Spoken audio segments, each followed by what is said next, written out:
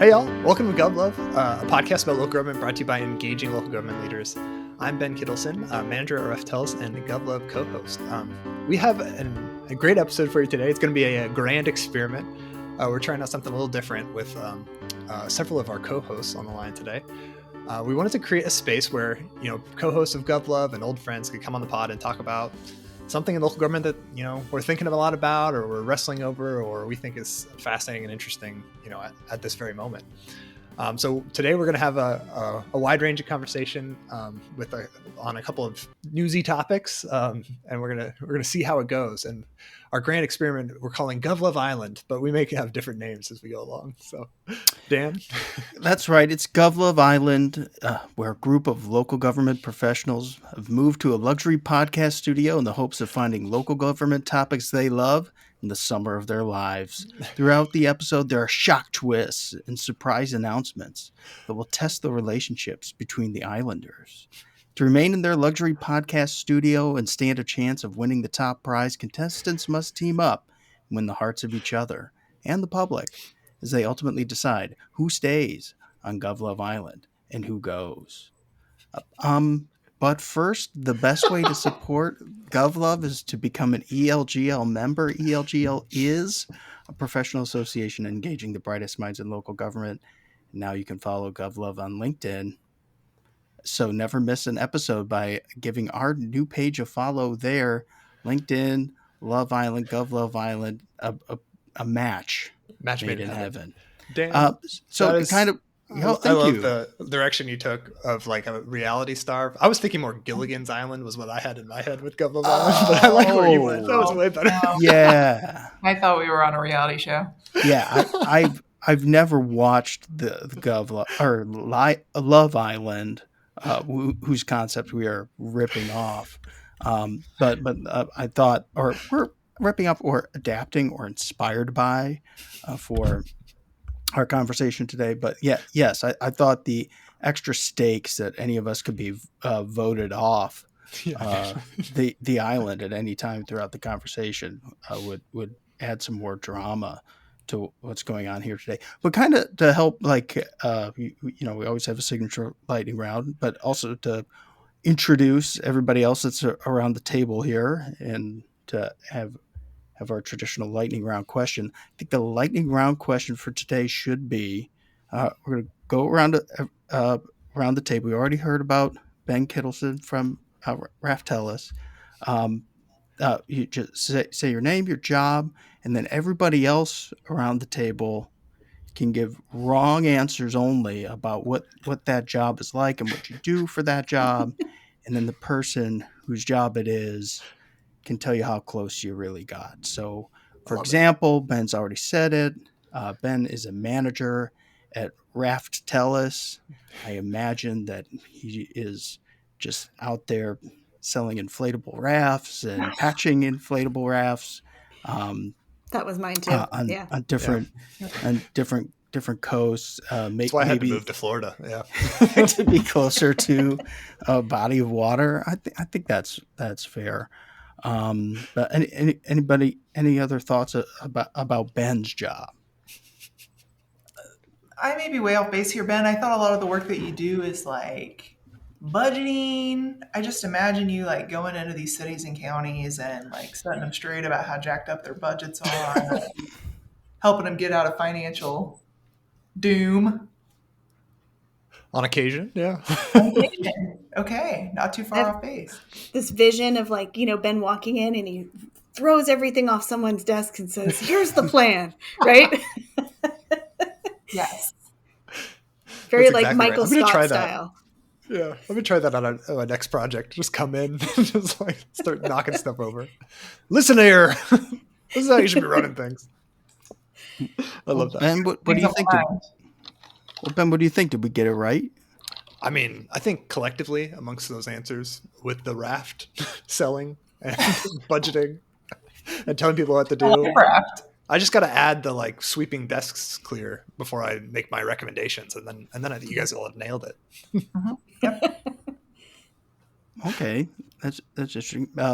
Meredith, remind us of your name and your position, your role? Sure. Meredith Reynolds, Deputy City Manager for the City of Long Beach in California. What does that conjure up for you all? I imagine it's a lot of constituent service with Snoop Dogg. Of course, Yeah. yes. Close. Right. But as long as you call it the LBC, right? Yeah, only then. I mean, Right.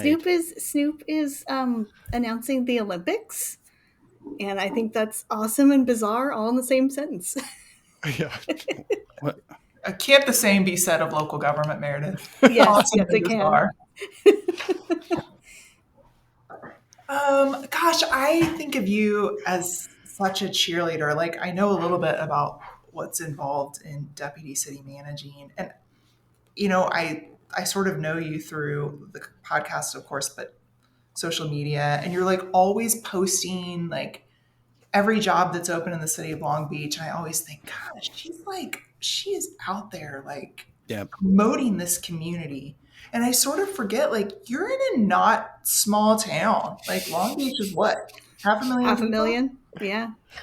So you're just that's impressive. I'm sure you were like super busy day to day running that city, and yet still find time to like be a big time promoter.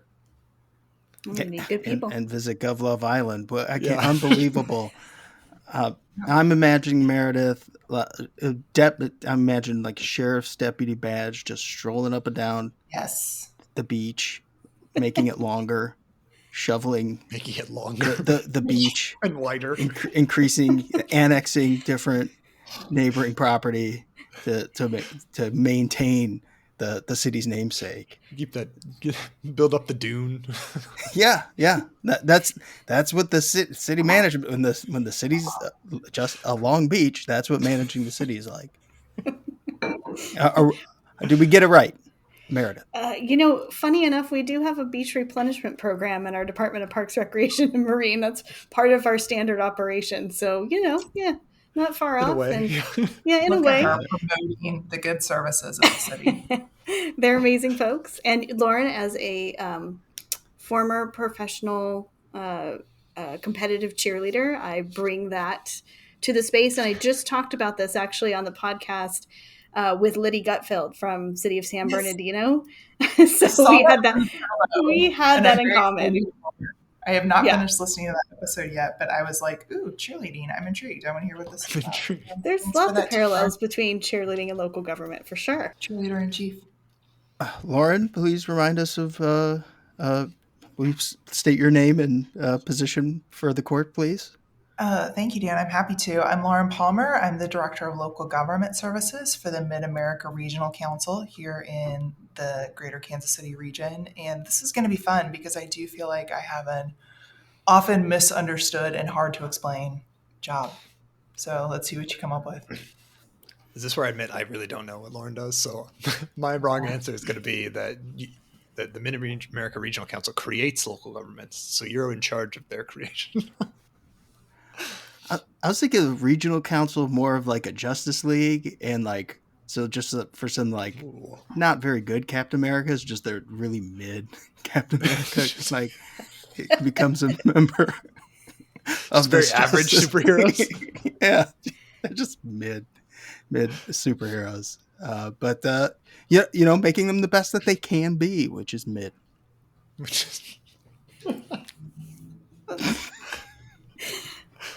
I don't know. I'm envisioning like the, Taylor Swift, Travis Kelce, Pied Piper of local governments, right? Like we gotta make things better for the community. We're investing in all of these cool things when we come to town, trying to be here as a support.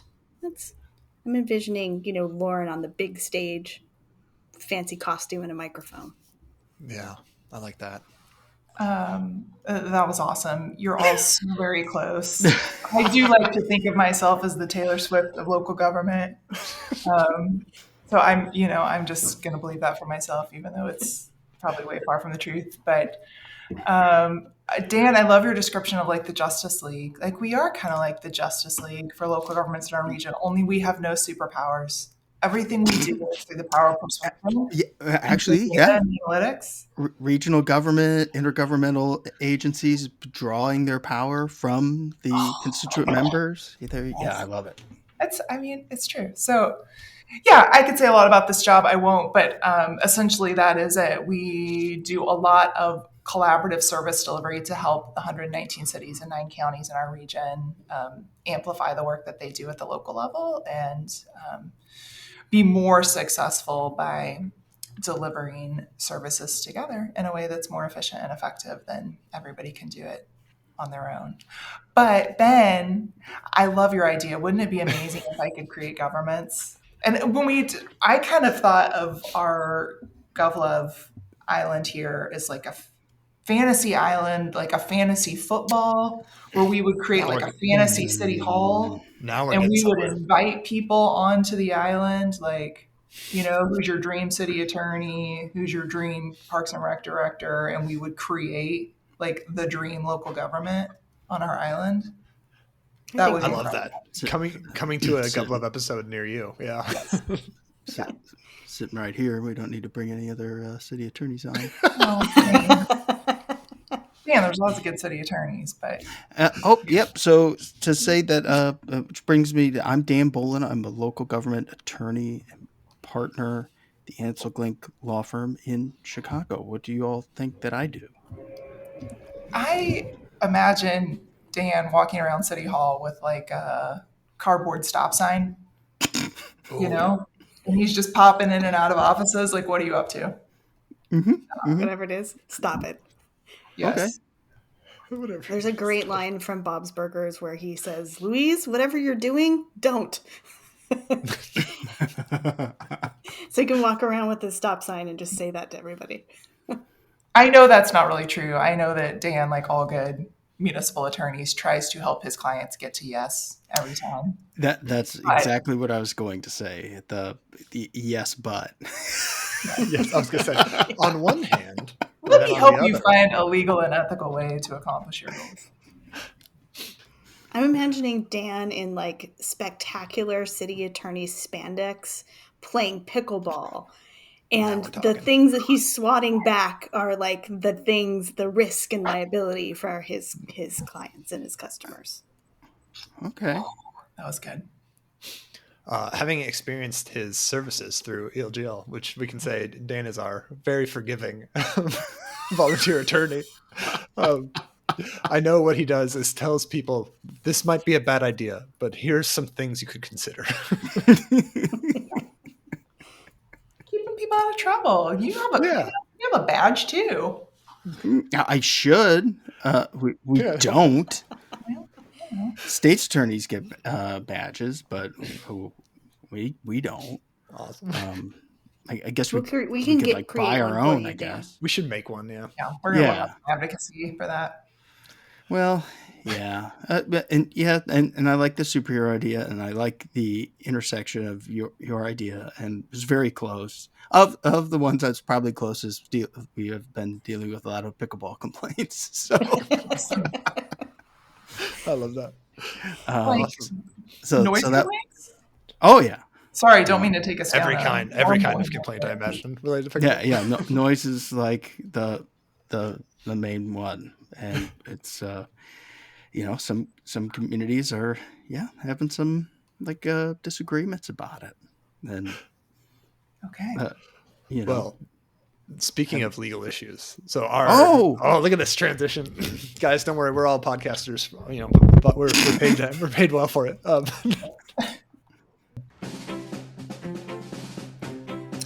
ELGL is excited to celebrate the 9th annual City Hall Selfie Day on August 15th.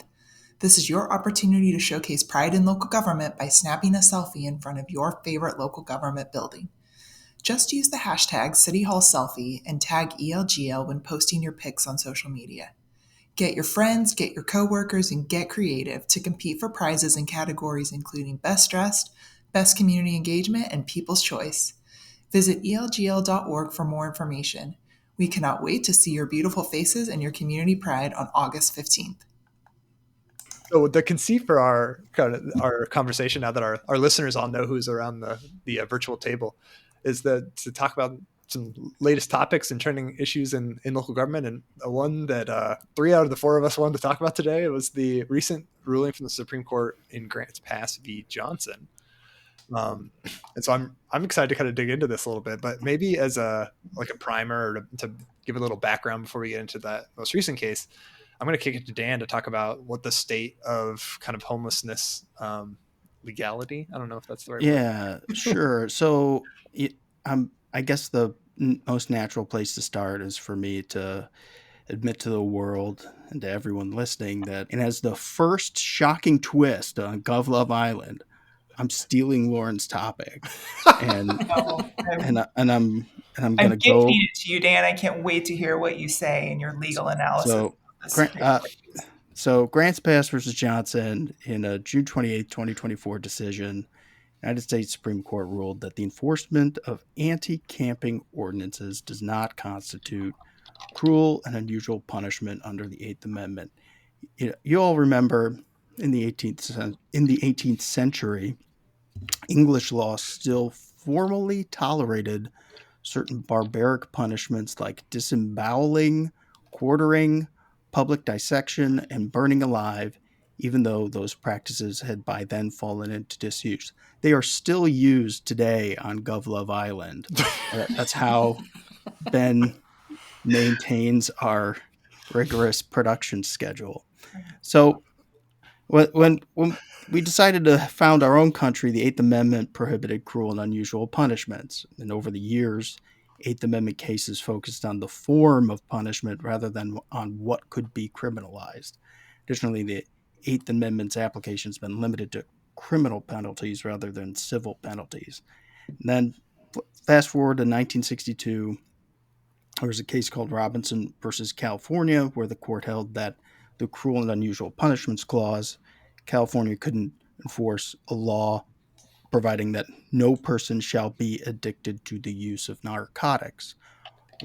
So while California could not make the status of narcotic addiction a criminal offense, the court emphasized that it did not mean to cast doubt on the state's broad power to prohibit acts, even those who suffer from addiction, even though by those who suffer from addiction.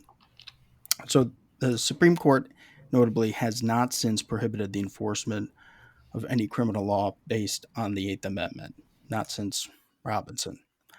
However, in 2019, the Ninth Circuit, which is the appeals court for the Western states, prohibited the enforcement of a public camping ordinance in Martin v. Boise.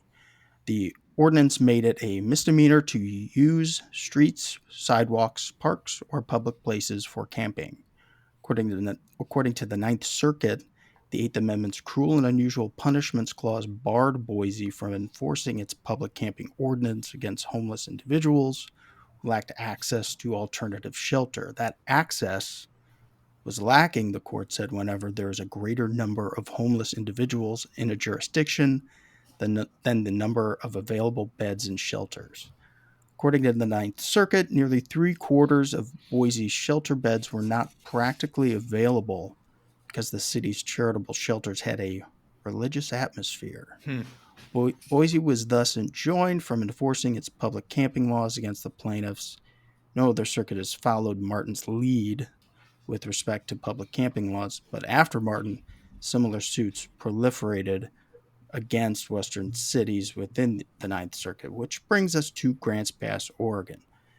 Grants Pass is home to roughly 38,000 people, about 600 of whom are estimated to experience homelessness on a given day. Like many cities, Grants Pass has ordinances that restrict sleeping and camping on public property, parking overnight in public parks, and other related activities. The penalties for violating these ordinances are escalating. An initial violation may trigger a fine. Those who receive multiple citations may be subject to an order barring them from city parks for 30 days. And in turn, violations of those orders can constitute criminal trespass, punishable by a maximum of 30 days in prison and a $1,250 fine. In this case, the plaintiffs filed a class action on behalf of homeless people living in Grants Pass, claiming that the city's ordinances against public camping violated the Eighth Amendment.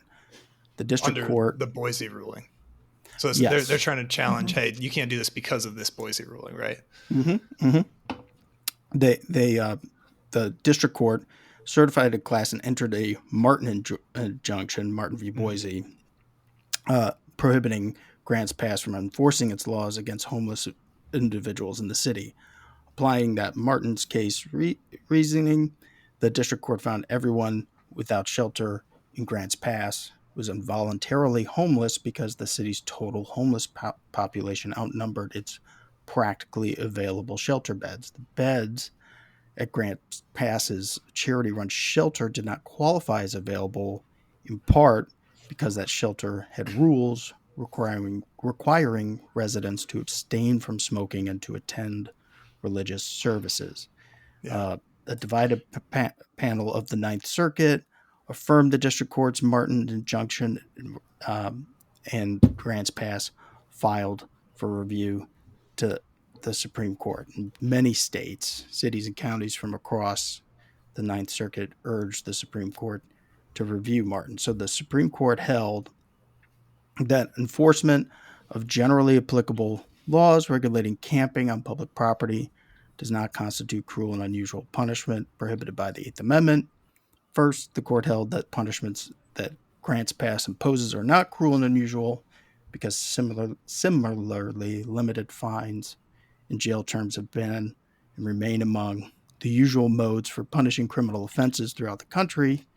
And unlike the statute in Robinson, Grants Pass's public camping ordinances do not criminalize status. The public camping laws prohibit actions undertaken by any person regardless of status. Makes no difference whether the charged defendant is currently a person experiencing homelessness, a backpacker on vacation, or a student who abandons his dorm room to camp out in protest on the lawn of a municipal building. The court refused to extend Robinson to apply to allegedly involuntary acts. That's that Robinson versus California case we talked about, but pointed to other legal doctrines and constitutional protections that might apply, such as defenses of necessity, insanity, diminished capacity, and duress. And states and cities may add their own substantive protections, which is interesting to me. Since this litigation began, for example, Oregon has adopted a law specifically addressing how far its municipalities may go in regulating I want to get public into camping. some of the Oregon specific stuff, but so I'm curious, Lauren, after hearing Dan's kind of rundown, what made you want to talk about this, and why did you think it was so fascinating? I don't even know where to start. Because it's such an enormous issue, right? From a legal perspective, I think it's interesting that they brought this forward as a cruel and unusual punishment case, right? Man, there's a lot we could say about that, but let's set that aside. I think it's fascinating from a local government perspective because people are outraged by this, right? The people in the social services community who are living and breathing and trying to address homelessness day in and day out are outraged by this because being homeless should not be a crime, right? They are bringing that human perspective to it. But I think from a local government conversation, it's really interesting because there are always exceptions, but for the most part, cities don't deal in housing, right? There's housing authorities that are administering public housing and HUD vouchers, but cities and counties generally are not in the business of helping people find places to live. They're not generally in the business of developing housing. But cities and counties deal with all of the ramifications of people who are living outside and are in need of social services. And so there's this huge disconnect there. Cities are really only equipped to do what is being talked about in this case, right? Pass a law and say you can't camp on public land. And if you do, we're going to send the cops out to tell you to move along. Because that's a resource that they have to respond. Yeah, when you think about the problem, just in general, it's a housing problem, right? That's there's other things that are packed into that around behavioral health and mental health and addiction and other things, but that as you look at the data, a lot of those things are can be disaggregated, and it still is about housing, right? And so when you're talking about how local governments, don't have the authority or the power or the agency to do some of those things, what can you do? Things like zoning or other changes to housing policy or local laws. But it's kind of an interesting thing when you start to think about if housing being the real issue. But I think that is a new concept. I mean, at least in communities like Kansas City, maybe communities like Seattle and Austin that have dealt with this on a crisis level for longer or farther along in this discussion. But yeah, I'm going to make a shameless plug here for a book. Homelessness is a Housing Problem by Greg Colburn. He was recently in Kansas City doing some talking. And yeah, he's written a whole book about how when you look at data, statistically speaking, all of these things that we talk about as being drivers of homelessness, mental illness, drug use, poverty, the weather, those things are not statistically valid in determining why one city would have a higher prevalence of homelessness over another.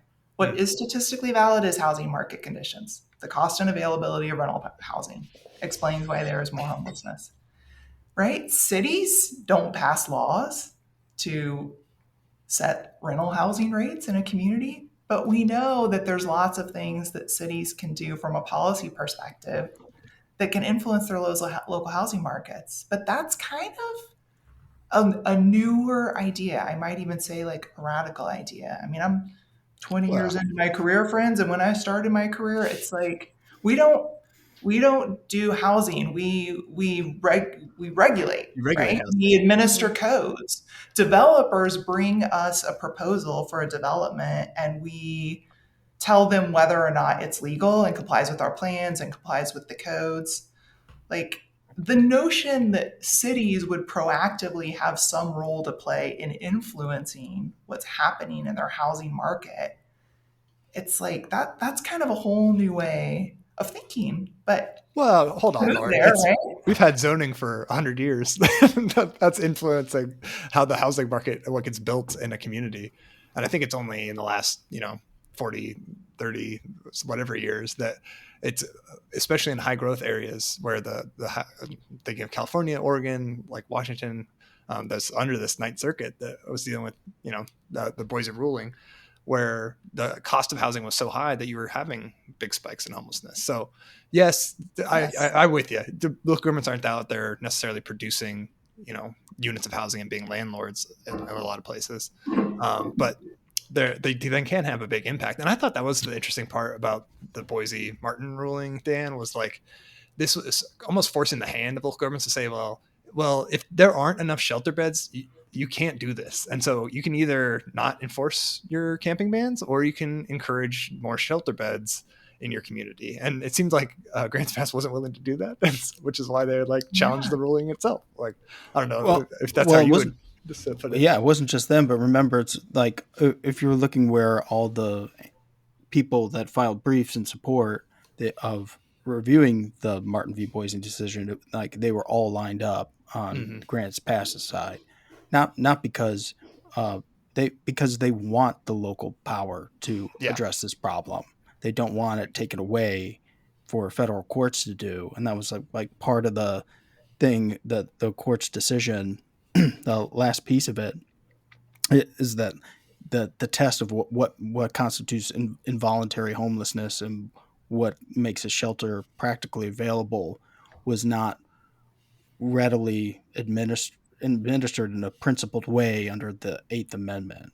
Like that kind of took and federal courts usually don't like being like they don't like zoning cases. There's federal cases that like say we're not the Federal Zoning Board of Appeals. Like we're like that they want like the electeds to make these decisions. And that I think where we kind of go from this is that like, okay, locals, you have this power, and in most places, fair enough, they already did, And the types of ordinances we were talking about are super common, and they were only being challenged in the Ninth Circuit. So everywhere else, they were like the kinds of anti-camping ordinances we're talking about are super common, Yeah. and they're out there. Mhm. So it's not like a big change, but it does confirm for everyone that this is a problem that the elected officials are going to have to address to the extent they can. It's not an easy solution, and there's things happening at the state level and the um, local level too. The Oregon limited how much municipalities can regulate public camping. In Illinois, we have a Homeless Bill of Rights Act. So there's like a statute that gives that prohibits discrimination on the basis of housing status, um, and so there's other laws that may apply that address the limits of what you can do in regulating homelessness. But after this decision, the Eighth Amendment isn't one of them. Yeah. At least, maybe there could be, a penalty in an ordinance that is truly like severe and cruel and unusual, but like as a substantive limit on like what you can make a crime, the Eighth Amendment isn't going to be it. Yeah. Interesting. I just think it's fascinating. It's sort of raising this conversation again about we are missing the forest for the trees. If we are trying to regulate homelessness, then we're never going to regulate our way out of homelessness because it's a housing issue. So it's sort of prompting this conversation about, gosh, what more can we do at the local level? Because I don't know, I've worked in communities where it's just been kind of a dismissive thing. Like, well, there's nothing we can do about that. We are not the social service agencies that provide the services and run the shelters. We don't have control over what they do or don't do. We'll just quote unquote move them along. We are seeing more experiences of homelessness in our communities, and that's not that method. Yeah. Isn't going to get the outcomes that city councils want to see. Well, to your point, Lauren, like when I was in Durham, like I think we were our community development department was like the lead agency in the continuum of care. So like dealing with homelessness in the community. But like we were very reliant on nonprofits to do all of the actual administration of services. And so maybe it is a challenge to like local governments to think about how do we solve this issue in a different way? And maybe that means we're not relying on a nonprofit sector to provide these services. Maybe we should be doing it ourselves. And because if we want to solve it, like maybe we need to take more control over those things. I don't know. Well, and when you think about the decision itself, like it didn't provide any new low-income housing, didn't provide any additional behavioral or mental health services or addiction services. Like, so whatever happens just gets pushed along to a different facet of government, right? It might be still on the local level, through the your police department and jail system. It might be through a state penal system. Like it just sort of moves it around, right?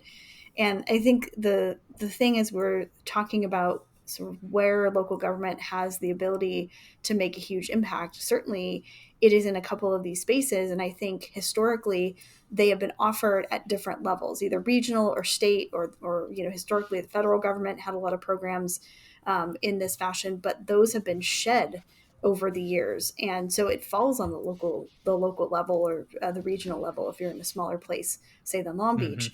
But it's definitely like, so what does that look like, and what are voters and or leadership, city leadership, municipal and county leadership willing to support to the end of helping those most vulnerable, right? Because ultimately, and what is the sort of efficacy of investing in penalties versus investing in support?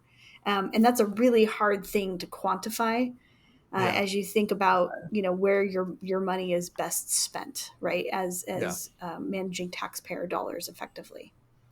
Yeah, that's a really good point, Meredith. And I just, like I said, I could talk all day about this, and it's been on my mind because it's just like getting to like kind of these foundational questions about what is the role of government. Yeah.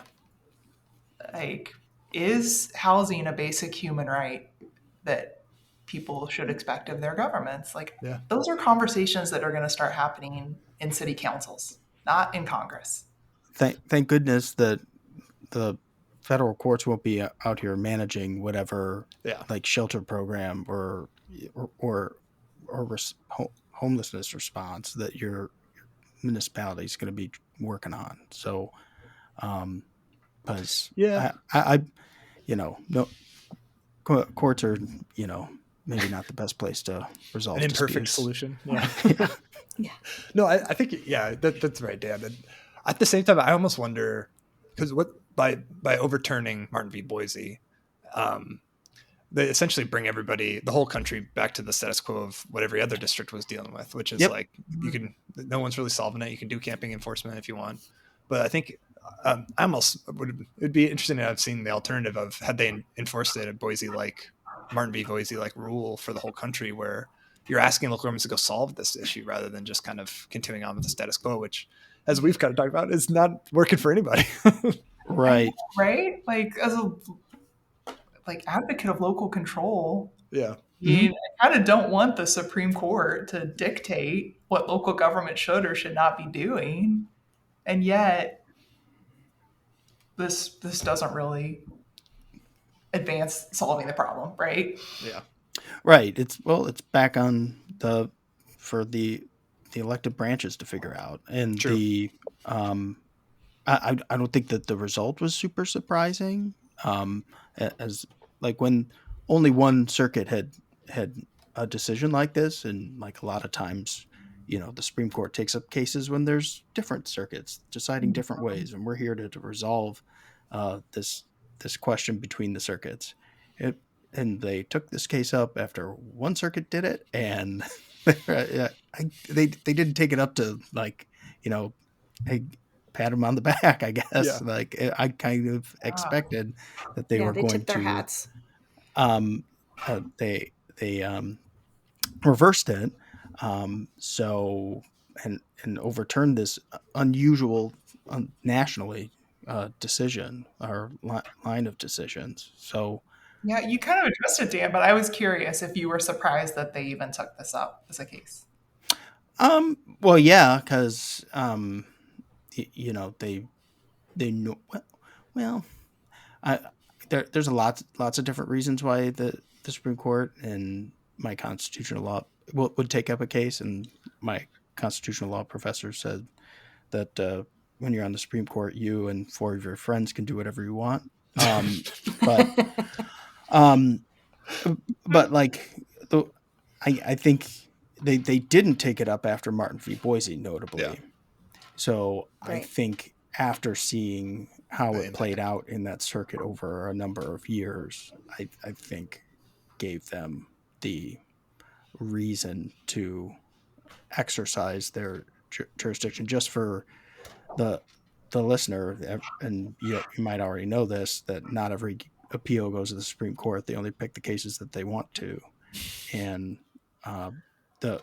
only the first level of appeal is by right, and so they, on only a very, very small fraction of cases that ask to be taken up by the Supreme Court are taken up by the Supreme Court. So yeah, there was has to be a particularly remarkable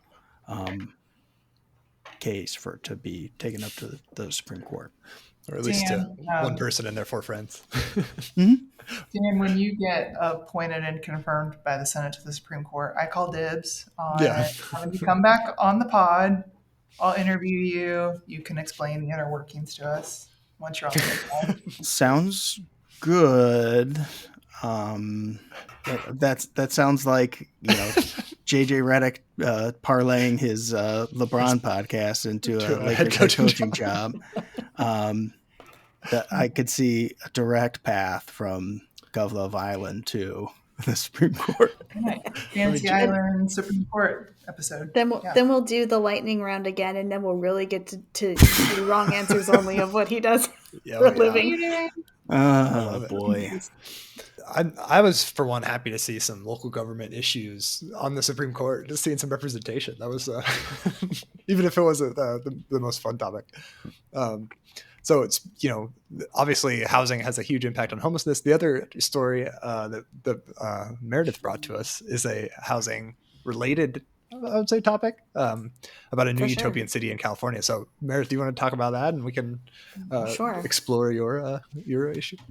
Yeah, as we're thinking about people experiencing homelessness and that being an issue of housing, there are some things that municipal and regional governments have done, and then there's these kind of big off the wall ideas. This is kind of one of those. And so this all started being kind of public information recently, actually. That was part of a story that came to light. It was published by the New York Times that was investigating a group that quietly began buying what is now over 60,000 acres of agricultural land near Travis Air Force Base in California's Solano County. So this is a place that's situated midway between San Francisco and Sacramento, along the Sacramento and San Joaquin River Delta. And 68,000 acres is about the size of the city of Sacramento. And so this group, starting in 2017, spent about $1 billion to amass piece by piece all of this land. And this New York Times article investigation revealed who these people were. And they are billionaires and venture capitalists who were making these purchases. And they were calling this group and this effort California Forever.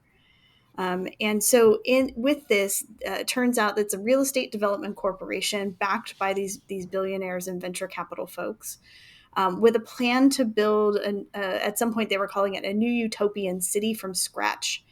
And in particular, this would have a place for 4,000 residents. They have concepts for like walkable and bikeable streets, living wage and above median paid jobs, open space and parks, all kinds of different kind of promises that have been built into this. And they've kind of been rolling this out over a period of time. But this in particular is this California Forever plan really at some point needs to go through a government process on the local level, right? Because it requires rezoning of agricultural land of thousands of acres to make way for this community. And ultimately would need to go to the ballot since the county has what they call an orderly growth initiative that restricts development. So voters in this context would be asked whether they want to alter the county's general plan and carving out, I guess would be an exception to this 40-year-old growth ordinance, which stipulates that all new development must occur within city limits of the existing cities in the county. So it's meant to protect agricultural land, open space, and the Delta and some other things. And so kind of been following this here and there, just thinking like, this is wild, right? They're talking about affordable and medium income homes in addition to a bunch of other things. And so, I think initially it got, and maybe still be getting a lot of kind of bad press because it was done in secret. It was done by people who don't live there. It was, in contrary to the local laws and things that had been established. And so recently it was newly renamed the East Solano Homes, Jobs, and Clean Energy Initiative.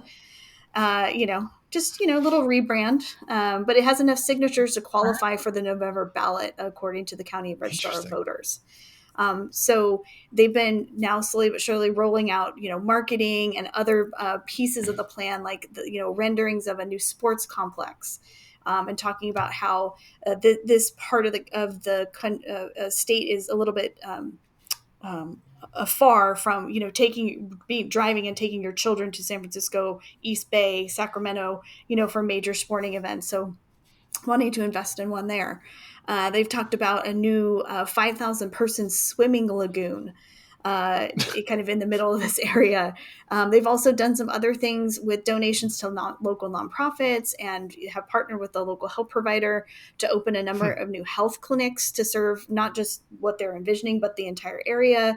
The plan also includes things like investing in the older downtowns of some of the cities that are already there. So it's very interesting how one can just sort of contemplate, a new master planned kind of quote unquote utopian city with all of the things in place that would encourage, walking and biking and, job retention and college promise and all of these things. In the context of this housing conversation, because they're saying, look, and the proponents of this are saying, look, if we build this, we are meeting the need of people and, can build single family and some multifamily and affordable homes in this area. And that's a big part of the conversation that's driving the proponents of this, is that housing conversation. And so it's very much tied into the larger California discussion around housing and the lack thereof. And a lot of this is coming under fire from some of the local groups who are saying, but, kind of, wait a minute, why, if you have all this money, why would you invest in this, create this brand new thing and whatever image you think is, perfect and utopian? Why would you just not invest in the cities we have and sort of fix some of these things? I'm super curious about, because they haven't talked about governance. Is this, I don't know, like city manager form of government? Is this strong mayor? Is this a glorified HOA? Those are things that go through my head when I read these kind of articles. It's going to be a glorified HOA. Yeah, very interesting when it comes to housing. They intend to just stay an unincorporated part of the county, and if their citizens want to incorporate sometime down the road, fine. It's like, that's interesting.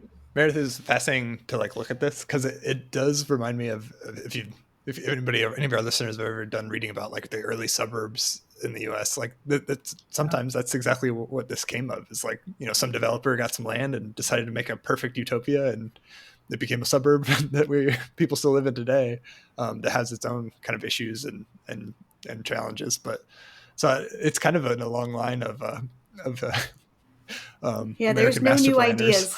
There are no new ideas. Well, I'm thinking about, the northeastern company towns, right, that they created around industry, all the way to some of the more modern master plans here in California. When I used to work for city of Irvine in Orange County in Southern California, the Irvine company kind of, started as this agricultural organization, bringing herding animals from across the country. And now it's turned into, a very master plan community with dedicated open space and housing and schools and, very walkable community, that sort of thing, but also big, industry and tech and a variety of other things. And there's all kinds of examples of this that kind of spread the gamut. But I'm curious to see kind of what happens with this, because this is an opportunity for, housing and jobs and other things, but is it really going to manifest the way, and can the developer, will the developer be accountable at the end of the day? How does a local municipal organization, agency, when one doesn't exist, kind of, it's at the county level, how does that then play out within the rules that exist? Or is it going to be superseded by voter approval? And then how does that allow for things to move forward, for the promise of things like additional housing? Yeah. Right. No, I'm sure that the referendum question doesn't have the entire fancy website on the ballot. I just pulled up the website for the thing, and it was so fancy it almost broke my computer, and you all froze for a second, so I'm not even sure you could hear me right now. But in any event, so how do these campaign promises that a developer might make in connection with a referendum, how will they be held accountable for them? Well, the law provides for these approvals to be provided in that way, and I suppose to the extent that the public approval is needed by referendum, I'm sure there's other approvals along the way that would need to be needed to lock in the developer to whatever the promises that they're making, to the extent that they can be. So some of the stuff are fuzzy, concept plan type pictures. So they're not even real serious plans yet.